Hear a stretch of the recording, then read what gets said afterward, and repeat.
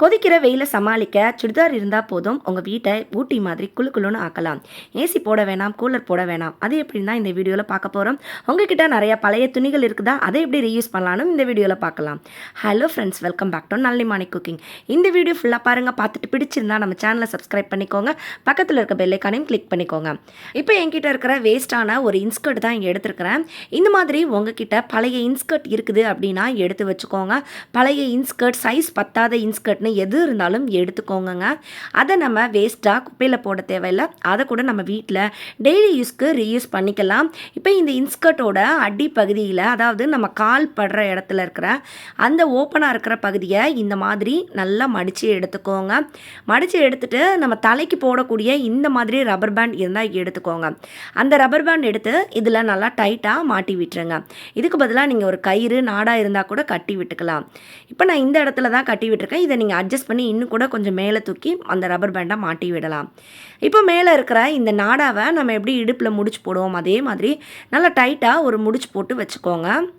இப்போ இந்த நாடாவோட இந்த பாவாடையை சேர்த்து எடுத்துக்கோங்க.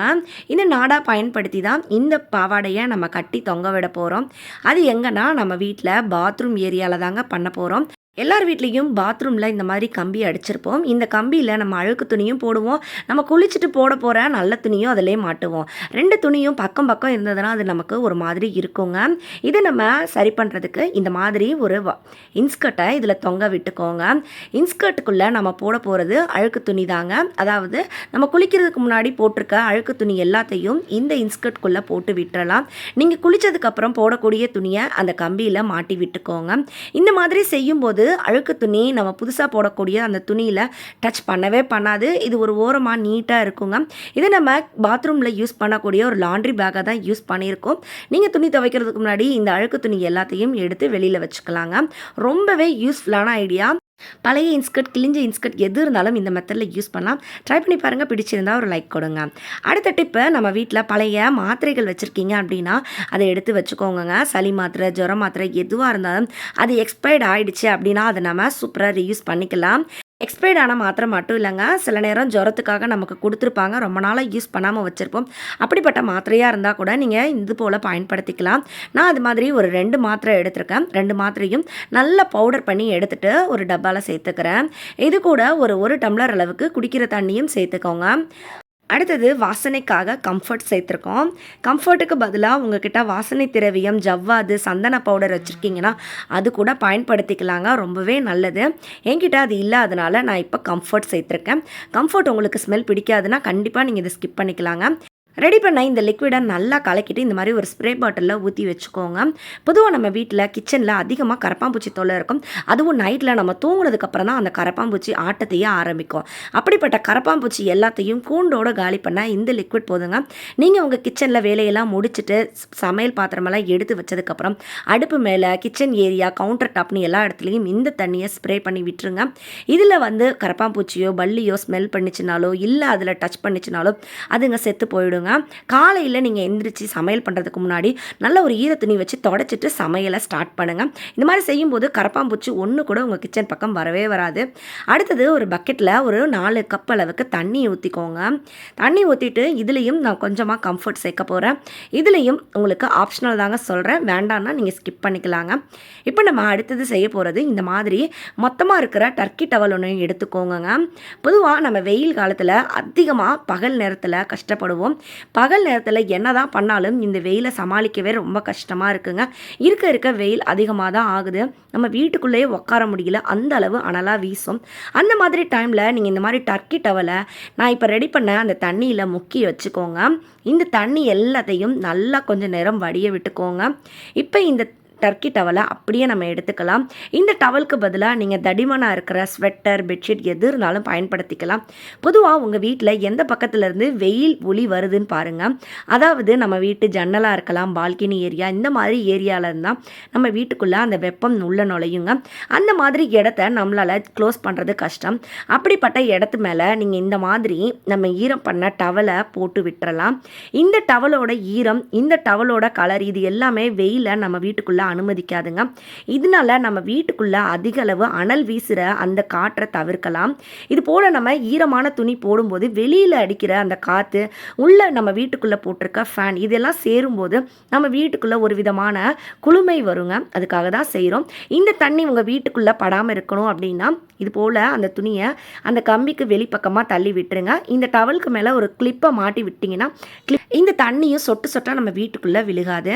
இந்த தண்ணியிலேருந்து வரக்கூடிய அந்த குளுமையான காற்று உங்கள் வீட்டை வெப்பத்திலேருந்து தவிர்க்குங்க. உங்கள் வீட்டுக்குள்ளே அனல் வீசுது அப்படின்னா இது நீங்கள் பகல் நேரத்தில் கண்டிப்பாக செய்யுங்க. நம்ம பகல் நேரம் ஃபுல்லாக இந்த மாதிரி ஈர துணியை நம்ம வீடு ஃபுல்லாக போட்டு வைக்கும்போது நைட்டில் நம்ம வீட்டுக்குள்ளே அதிக அளவு வெப்பம் இருக்காதுங்க. கண்டிப்பாக பகல் நேரத்தில் உங்கள் வீட்டு ஜன்னல் இந்த மாதிரி பால்கனி ஏரியாவை முடிஞ்ச அளவு துணிகள் போட்டு நீங்கள் க்ளோஸ் பண்ணி வைங்க. இதனால நம்ம வீட்டுக்குள்ளே அதிக அளவு ஹீட் ஆகாது. நமக்கும் பகல் நேரத்தில் ஏசி போடணுங்கிற ஃபீலிங்கே வராதுங்க. இப்போ அதே மாதிரி நான் 2 பழைய காட்டனில் இருக்கிற சுடிதார் எடுத்திருக்கேன். இந்த 2 குர்த்தாக்கு பதிலாக நீங்கள் 4 குர்த்தா கூட எடுத்துக்கலாம்.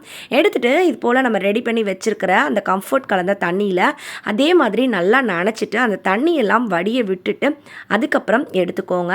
இது எதுக்காக ரெடி பண்ணியிருக்கோன்னா நம்ம வீட்டில் ஒரு 7 மணிக்கு மேலே நம்ம தூங்குறதுக்கு முன்னாடி இந்த துணியை நம்ம பயன்படுத்த போகிறோம்.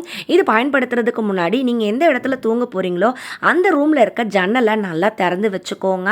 பகல் நேரத்தில் ஜன்னலை கூடுமான வரைக்கும் க்ளோஸ் பண்ணணும். சாயந்தர நேரத்துக்கு மேலே உங்கள் வீட்டு ஜன்னலை திறந்து வச்சுக்கலாம். இப்போ நீங்கள் திறந்து வச்சுருக்க ஜன்னல் மேலே அந்த ஈரம் பண்ண சுடிதாரை இது போல் மாட்டி விட்டுருங்க. இது இங்கிட்ட அங்கிட்ட மூவ் ஆகாமல் இருக்க ஒரு கிளிப்பையும் மாட்டி விட்டிங்கன்னா அது அப்படியே இருக்குங்க. வெளியிலேருந்து வீசக்கூடிய காற்று இந்த ஈர துணி மேலே படும்போது இது நம்ம வீட்டுக்குள்ளே வரும்போது நல்ல ஒரு குளுமையான காற்று கொடுக்குங்க. நம்ம உள்ளுக்குள்ளே ஃபேன் போட்டு விட்டாலே போதும். அந்த ஃபேனோட காற்றும் இந்த ஈர துணியும் சேரும்போது நல்லா நம்ம வீடு ஒரு மாதிரி குளுமையான ஃபீலிங் கொடுக்குங்க. இது இப்போ நைட் டைமில் பொதுவாக கொசு கடிக்கும். அந்த கொசு நம்ம வீட்டுக்குள்ளே வராமல் இருக்கிறதுக்கு நம்ம ஏற்கனவே கரப்பாம்பூச்சிக்கு ரெடி பண்ண அந்த பழைய எக்ஸ்பைர்டான மாத்திரை கலந்த தண்ணியை இந்த துணி மேலே நம்ம ஸ்ப்ரே பண்ணி விட்டுறலாம். நைட்டில் ஜன்னல் திறந்ததுன்னா கொசு வருங்க. அந்த கொசுவை கண்ட்ரோல் பண்ணுறதுக்கு இந்த மாதிரி அந்த துணி மேலே இந்த மருந்து கலந்த தண்ணியை தெளிக்கும் போது இந்த கொசு தொல்லையும் நமக்கு கண்ட்ரோல் ஆகும். ஜன்னலில் நல்லா நமக்கு காற்று வருங்க. இந்த காற்று இந்த ஈர துணியில் பட்டு நம்ம ரூம்குள்ளே வரும்போது நம்ம ரூம்குள்ளே ஏசி போட்ட மாதிரி நல்லா சில்லுன்னு ஒரு ஃபீல் கிடைக்கும். இதனால் ஏசி போடாமல் கூலர் இல்லாமல் கூட நம்ம வீட்டை ஏசி போட்ட மாதிரி கூலாக ஆக்கலாங்க. ஏசி இல்லாதவங்களுக்கு இந்த ஐடியா ரொம்பவே யூஸ்ஃபுல்லாக இருக்கும். ஏசி வச்சுருக்கீங்க, கரண்ட் பில் அதிகமாக வருது, கரண்ட் பில் கம்மி ஆக்கணும் அப்படின்னா கண்டிப்பாக இது போல் கூட நீங்கள் ட்ரை பண்ணலாம். இந்த ஐடியா யூஸ்ஃபுல்லாக இருக்குன்னு நினச்சிங்கன்னா இந்த வீடியோவை உங்கள் ஃப்ரெண்ட் அண்ட் ஃபேமிலியோடய ஷேர் பண்ணிக்கோங்க. அவங்களுக்கும் யூஸ்ஃபுல்லாக இருக்கும். அடுத்தது நம்ம வீட்டில் பழைய சட்டை ஏதாவது வச்சுருப்போம். குழந்தைங்களோட சட்டையாக இருக்கலாம், இல்லை நம்ம ஹஸ்பண்டோட சட்டையாக இருக்கலாம். வேஸ்டான சட்டை இருந்ததுன்னா அந்த சட்டையோட நம்மளோட அந்த கை பகுதியில் இருக்கிற அந்த பட்டன் பகுதியை மட்டும் கட் பண்ணி எடுத்துக்கோங்க. இதை நம்ம சூப்பராக ரீயூஸ் பண்ணிக்கலாங்க. பழைய சட்டை கிழிஞ்சிச்சுன்னா அதை தூக்கி போடாமல் அதில் இருக்க அந்த கைப்பகுதியை மட்டும் கட் பண்ணி எடுத்துக்கோங்க. இப்போ நம்ம அந்த கைப்பகுதியை இந்த அயன் பாக்ஸ்க்கு தான் மாட்டி விட போகிறோம். இந்த அயன் பாக்ஸோட ஒயர் பார்த்திங்கன்னா கலைஞ்சு போய் பார்க்கவே ஒரு மாதிரி இருக்கும். எப்பயுமே அயன் பாக்ஸோட ஒயரை நீங்கள் ஸ்டார்டிங்லேருந்து சுற்றாமல் கொஞ்சம் தள்ளி இந்த மாதிரி சுற்றி எடுத்துக்கோங்க. எடுத்துகிட்டு அந்த ஒயர் எல்லாத்தையும் ஒன்றா உங்கள் கையில் பிடிச்சி வச்சுக்கோங்க. இப்போ அயன் பாக்ஸோட அந்த கைப்பிடி பகுதி மேலே அந்த ஒயரை வச்சுட்டு நம்ம கட் பண்ணி வச்சுருக்கிற அந்த கை பகுதியோட அந்த பட்டனை மாட்டி விட்டிங்கன்னா அயன் பாக்ஸ் அழகாக அந்த ஒயரோட செட் ஆகிடுங்க. இது நமக்கு தேவைப்படும் போது கலட்டி எடுத்து பயன்படுத்திட்டு மறுபடியும் இதே மாதிரி நம்ம சுற்றி வைக்கலாங்க.